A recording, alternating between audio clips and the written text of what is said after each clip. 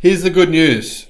BMW just launched a legit electric car in the Chinese market. Here's the bad news. It's worse and smaller than its competition and more expensive. Hello, my friends, and welcome to the Electric Viking. My name is Sam Evans. As many of you know, I just bought an EV. I'll put a link in the description below to the vehicle that I bought. You'll see how I went and bought it and what I paid for it and what color I chose and all those things. And it's an electric car that nobody in the West owns at all, period. Right now, it's a brand new model, new for this year. And by the way, it comes from China. I know some of you won't like that, but just check out the video anyway and let me know what you think. For those of you who are new to the channel, my name is Sam Evans and I started this YouTube channel in May of last year. During that period of time, we've made more than 1,000 electric vehicle and battery videos. Don't forget the battery videos. Sodium batteries, LFP batteries, they are going to rule the future. Anyway, check out some of those 1,000 or more videos now. Make sure you don't miss out on finding out a lot more information about the car industry that you probably don't know about. One of the things you probably don't know is that Legacy Auto are in trouble. That's if you're new to the channel. In a lot of trouble. Now, I just spent the last 2 hours reading about all the new electric vehicles that NIO are making, the features that they have, how they're built, and some of the many structural advantages that NIO have versus Legacy Auto, Tesla as well, that NIO and Tesla have, and Xpeng, versus car companies like BMW. There are lots of them. So many that I have to make a separate video to outline all those disadvantages that Legacy Auto and in particular BMW here have. But here's a really good case study from CNAV Post, which points out that the BMW i4 electric sedan that just launched in China is smaller than the NIO ET5, but it's pricier. Now, if you've seen, or if you've been to China, you probably are very aware that in Asia, brands are very important. It's true. Even more important than in the West. Here, honestly, in Australia, I mean, I own a BMW, not because it's got BMW on the badge, though, simply because there was the type of car that suited me at the time, and I got it for a used price. It was good value at the time. But to be honest, I didn't really care all that much about the badge. But in Asia, people do care a lot about the badge. However, in recent studies in China, numerous studies, by the way, consumers have been asked their brand rankings. Do they still perceive BMW as being a more prestige brand than NIO? And the answer about 95% of the time is no, they don't. One key reason for this is that consumers in China perceive ICE vehicles or internal combustion engine vehicles as being old technology in exactly the same way that people perceive BlackBerry phones and Nokia phones, 3310s, whatever they were, as being old versus smartphones as being new. Very different to the way that a lot of people in the West perceive them. I know there's still a lot of people in the West that are reluctant to embrace change. So they try to bring up reasons for why internal combustion engines are great and what the advantages are, even though there's very, very few advantages, if any at all. The interesting thing is in the Chinese car market, buyers predominantly choosing electric cars now. The reason for that is because they're on price parity with internal combustion engines. Now, a recent study was done in the United States that showed that when consumers, if given the choice of having an electric car for the same price as a petrol-powered car, 65% of respondents said they would choose the electric car. This wasn't some sort of small survey. This was a wide survey that was done across multiple states in the United States. So we're at a point in history where that is about to happen. And what will happen when car companies, such as BMW and many others, predominantly don't make electric vehicles? Well, we're going to see over the next 24 months. It's going to be scary. Lots of losses are going to occur. Now, right now in China, BMW just made its full iX electric vehicle lineup available. Finally, Legacy Auto are getting decimated in China right now because very few electric cars in China are coming from Legacy Auto. In fact, only 2% of the cars sold by Legacy Auto in China last year were electric, whereas it was more than 30% for local car manufacturers. Crazy. BMW today launched its first all-electric four-door sedan, the i4, in the country. Now, they did have a 3 Series, or they brought out a 3 Series a few months ago that's electric, but it was really just an ICE car that they converted to being an electric car. And I reported on why that was really not embraced by Chinese consumers at all. They're not stupid. They're aware of an inferior product when it's obvious. Now, the i4 is available in two versions, the BMW i4 eDrive 40 and the BMW i4 M50, with retail prices of $450,000 or $71,000 US and $540,000 respectively. The BMW i4 looks similar to the BMW 4 Series, but it has a new family design at the front, which, to be honest, I think even BMW aficionados don't really, for the most part, like. It measures 4,785 millimeters in length, 1,852 millimeters in width, and 1,455 millimeters in height.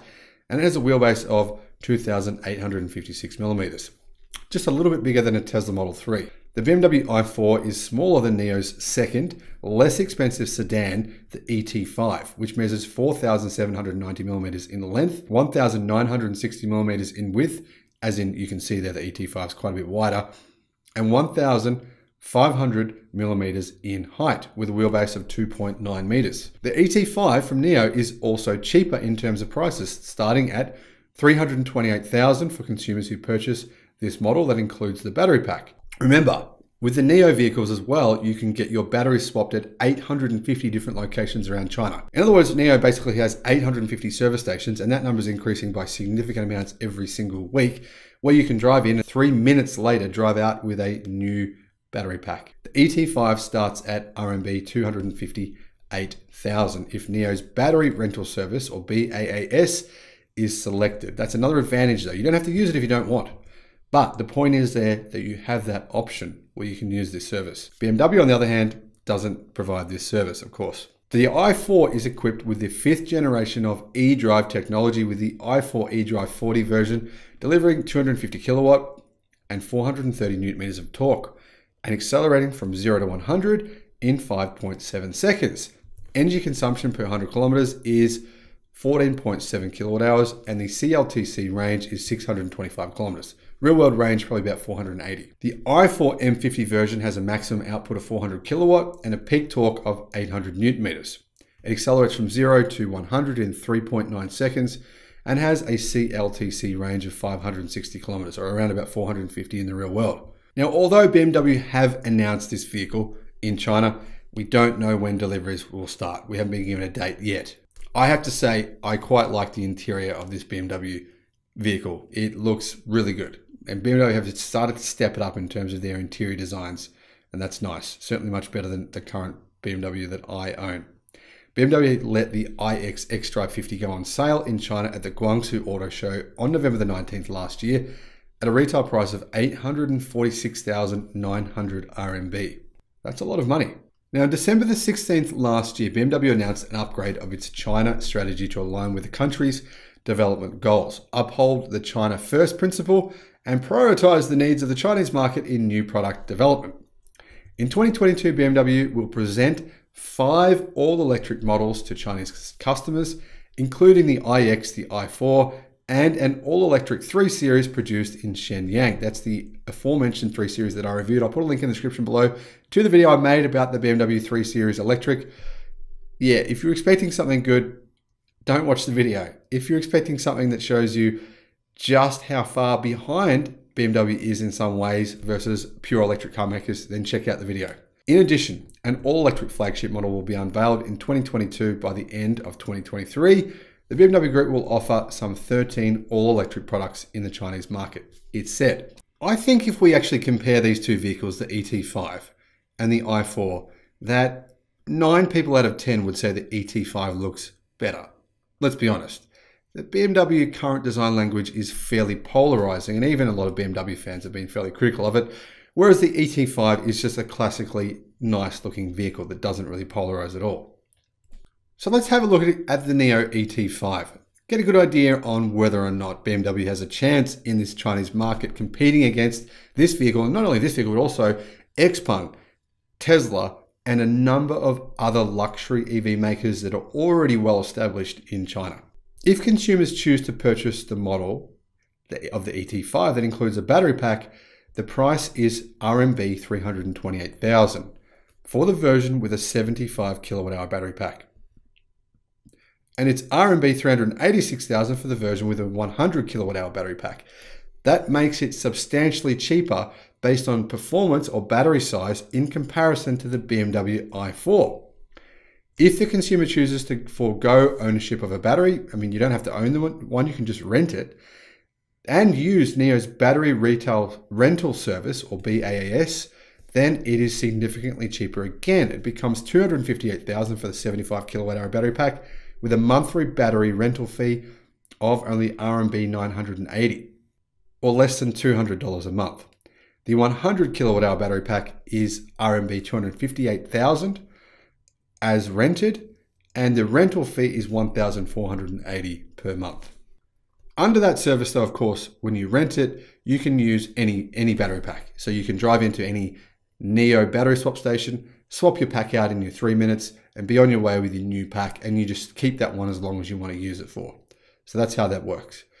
Now, it's worth noting though that China's current subsidy policy for electric vehicles priced above RMB 300,000 are not eligible for subsidies, but models supporting battery swap are exempted. That means that NIO's vehicles do actually get subsidies, whereas the BMW i4 does not qualify for subsidies, making it even more expensive again than the ET5. So NIO is currently the only Chinese car maker to offer battery swap enabled models to the general public, which means that the ET5 still receives China state subsidies, even though its price is higher than RMB 300,000. One of the key reasons for this, right, is the fact that NIO vehicles are built by a state-owned Chinese company. So it's in China's interest to promote NIO and to disadvantage BMW, which is basically what they're doing, which, to be honest, I think is fine considering the fact that BMW is not really all that invested in EVs at all. Yes, they're going to make some in China, but still only a very small percentage of their overall vehicle production for the next couple of years at least. So what this means is that because the NIO ET5 is already significantly cheaper than the i4, and it gets the subsidy of 10,000 RMB per vehicle, it puts it in a price range that largely overlaps with the Tesla Model 3, Xpeng Motors flagship sedan P7, and the Zeekr 001, which by the way is a really cool car. I'll put a link in the description to the Zeekr 001. I really like it. That's the first model of Geely's premium EV brand Zeekr. In addition to these three popular all-electric vehicles in China, the ET5 is also priced to compete with the BMW 3 Series and the Audi A4. That's in their internal combustion versions. So you know what happens in China? When customers have a choice of getting something better, they usually choose the thing that's better.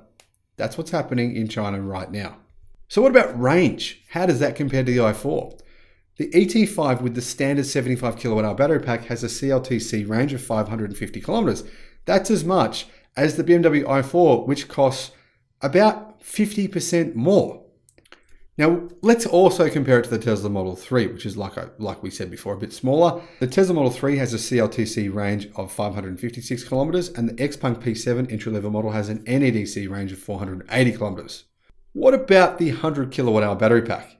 The ET5 with the 100 kilowatt hour long-range battery pack has a range of over 700 kilometers, significantly more than even the much more expensive top model of the i4. However, you can buy an ET5 with a 150 kilowatt hour battery pack, ultra long range battery pack, giving a range of over 1,000 kilometers. That's the LTC, of course, probably 800 kilometers in the real world.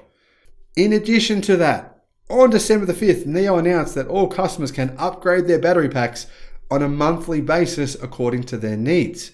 This follows a pilot run by the company in July in a handful of cities. As of right now, NIO customers who want to upgrade their battery packs can choose to do so either permanently or on an annual or monthly basis. So say if you've got a smaller pack, you want a new pack that's bigger, you can do that. Just pay a bit more. In comparison, for consumers who have purchased models from other electric car brands in China, if they regret buying into a model with a short range battery pack, a smaller pack, there's nothing they can do but trade in their car or just put up with it. In addition to this, the NIO ET5 has some pretty good features in comparison to the BMW, which costs a lot more. Those include frameless electric suction doors and an all-glass roof similar to what's on the Tesla Model 3. The ET5 also has sensors similar to those of the ET7, including roof lidar, giving it the same computing power as the ET7 and thus the basis of some pretty impressive assisted driving capabilities that the BMW i4 does not have. Yes, it does have some capabilities, but the capabilities of the ET5 are significantly greater. NIO says its latest autonomous driving technology, or NAD, will be available on the ET5. And frankly, if you compare the interior of the ET5 against the i4, you start to realize that actually, Legacy Auto, while they can do interiors pretty well, they still look busy and cluttered. And this new minimalist style is really done almost perfectly by NIO here, with the large center screen and the smaller digital screen for the driver. I think it just works perfectly. Let me know in the comment section below though if you agree. What about power? The ET5 is pretty much a performance beast. It uses a dual motor intelligent four-wheel drive system and has a 0 to 100 kilometer acceleration of 4.3 seconds and a braking distance of 33.9 meters from 100 to 0. And that's across the entire range. In addition, it also has virtual reality technology. NIO has developed exclusive AR glasses that project 6 meters of visual distance in conjunction with Nio, an AR device maker backed by NIO Capital. NIO also collaborated with NIO Capital invested virtual reality technology company Nio to develop NIO virtual reality glasses, the world's first automotive-specific high-performance virtual reality device, according to the company. From what I'm seeing from the ET5, demand in China is crazy. The ET5 is expected to become NIO's hottest selling model, also their cheapest model, and it's going to do really well in the same way that the Tesla Model 3 has done for Tesla. In November, NIO delivered 10,900 electric cars, a record high for a single month. And the other thing to remember is that NIO, well, being a Chinese company, they have a pretty good hold on what Chinese consumers like. If you pre-order an ET5, now you'll receive an optional moon-themed exterior design kit worth RMB 4,500 and orange calipers worth 3,600 for free. This is the kind of thing that Chinese buyers really like. Now, existing NIO owners, including those who have paid a deposit, also enjoy exclusive benefits if they purchase the ET5 after obtaining current vehicle delivery. There's one other big benefit of comparing BMW and NIO. And if you've stayed this long on this video, well, this is something to really consider. It could be the biggest benefit, in fact. Warranty. What's the warranty for NIO? 10 years, unlimited kilometers. That warranty is better than any legacy auto company. That's better than Tesla. That's better than anyone currently in the electric market. 10 years, unlimited kilometers. What is it for BMW? 3. You can't tell me that's not a consideration that buyers will think about. In addition, buy a NIO and you get free battery swap for life, up to 6 times per month. Going to go on a road trip in China? Really? Would you really want to be in the i4, or do you prefer to be in your new NIO ET5? That's something that buyers will consider as well. In addition, buy a NIO and you get free lifetime car internet connection. That's not something that BMW offers. And you also get free roadside assistance, period, for life. As you can see, there's not a lot of reasons to buy the BMW, to be honest. Brand recognition is greater for NIO now, especially when you consider their emergence in the luxury electric car field. They're really considered a true luxury brand in China. And realistically, if you compare them spec for spec, dollar for dollar, the NIO is just far superior in almost every single way. I personally struggled to see how legacy automakers such as BMW will have any chance of competing with these new electric car companies in the future. If you can see one, if you can see how it's going to happen, if you can see how I'm wrong on this, please, by all means, I want to know. Let me know in the comment section below. Really, if you've got a different perspective and I've missed something, please let me know. Thanks for watching, and I'll see you again on the next one. Bye-bye.